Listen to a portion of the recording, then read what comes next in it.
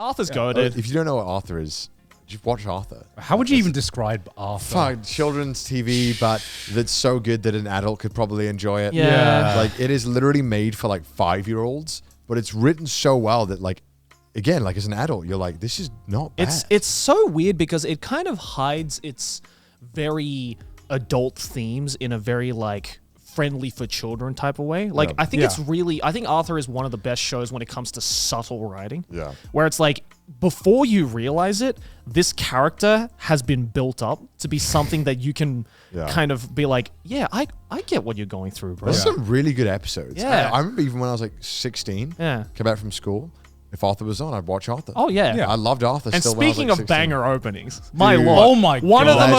of the most legendary cartoon It openings is ever. ingrained in my mind, Dude. hard etched in. Dude, It's a everybody shame. thought they were Rasta when they were listening to this shit, you know. But it's very much a shame that it's gone. You will not rest be in missed, peace. Arthur. You're a legend in our hearts. It's weird because I know I watched so many episodes of Arthur. I don't know. I don't know if I was just too young. No, but you I do, yeah. But I don't like remember much of it. It's only through memes that I'm like, oh yeah, this kind of happened. Wearing the headphones. Yeah, while wearing the you're- headphones. Yeah. on top of the ears, yeah. The fucking Arthur fist. Yeah, that's legendary. Dude. Legendary. No, what about that? What was it? It was that meme of what's the fucking bulldog looking guy? And he's like, Yeah, I can't remember. and he's like, and he puts the headphones in, and he just like starts tripping out. Oh, yeah. I love that. I love that one. It's so good. Such a really good show. Okay, what the fuck is the final two ones are very Australian. They look Australian. Yeah. Holy shit. Which one do you want to start with? Pick. Okay. Russell Coit's All Aussie Adventures. Okay, so this was do you know the show Kath and Kim? No. Is like one of the most quintessential Australian sitcom shows.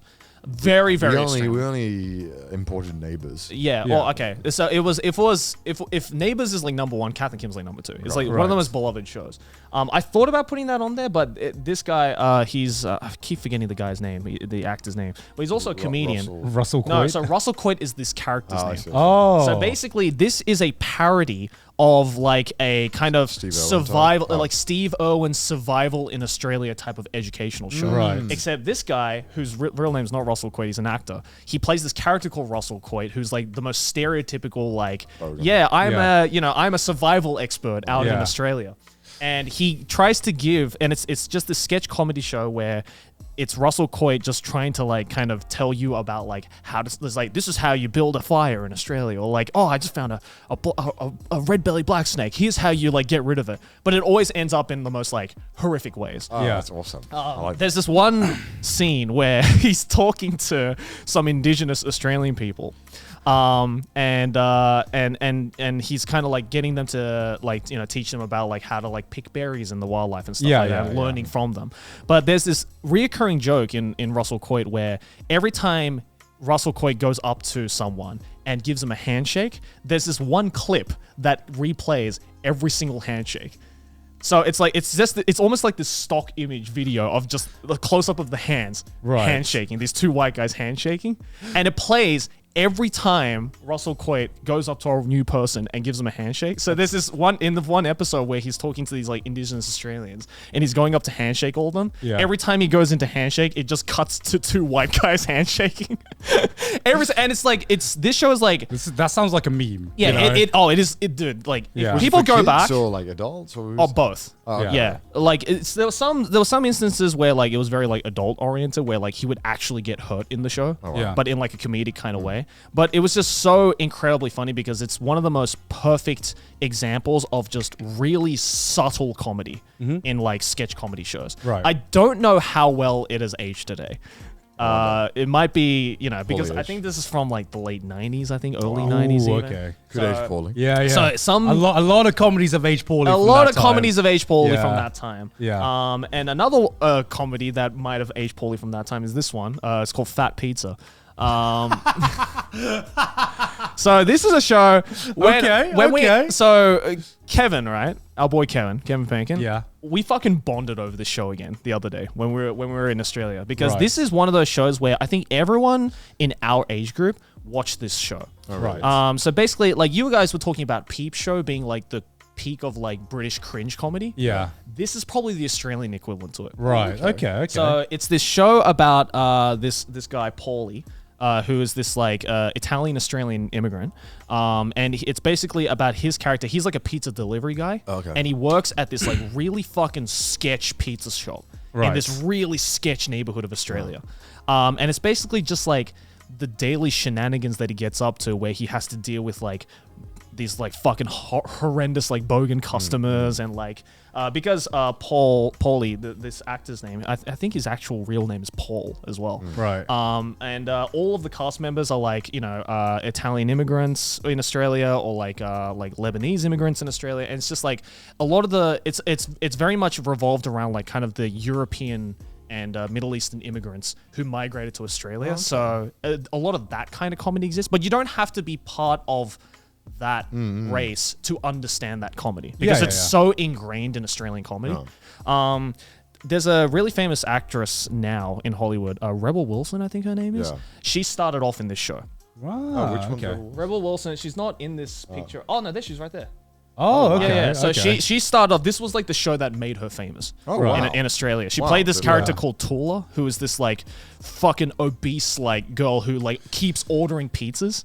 From this one pizza shop. Okay. Yeah. Okay. And it's just like it's really fucking difficult to explain. But basically it's hearing you guys talk about Peep Show is basically the Australian equivalent to that. A lot of cringe. Take a lot of cringe. Okay, great. I'm already interested. I'm on A board. lot of if you want to experience cringe, no more. it's incredibly cringe. It can be incredibly offensive at times, but also really, really funny. Yeah. My Australian brothers, I know you guys get your sarcasm, your cringe humor. That's why like I would be very interested to watch this. Yeah, I fucking love. I feel this is the perfect window into what Australian like comedy and like civilization is kind of like. Civilization.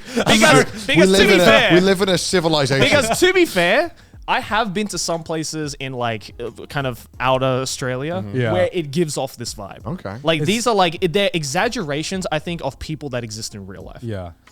Is there a particular scene that sticks out to you? Oh fuck, I don't know. So like there's this one scene where like Paulie gets like he has like this friend, this Lebanese friend called Habib, and he like pisses off Habib for doing something, and then Habib's just like, don't fucking get in my way, bro, I'm gonna call up all my cousins.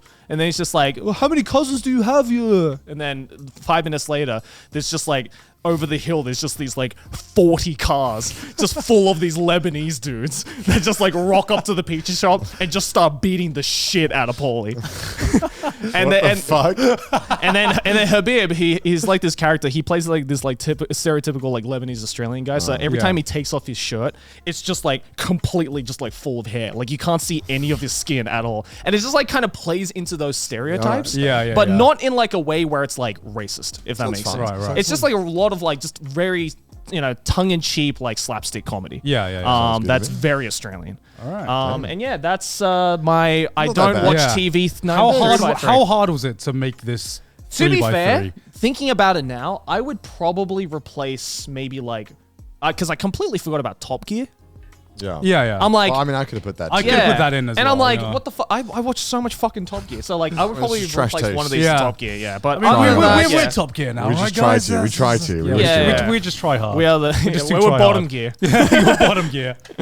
But yeah, there you go. So all right.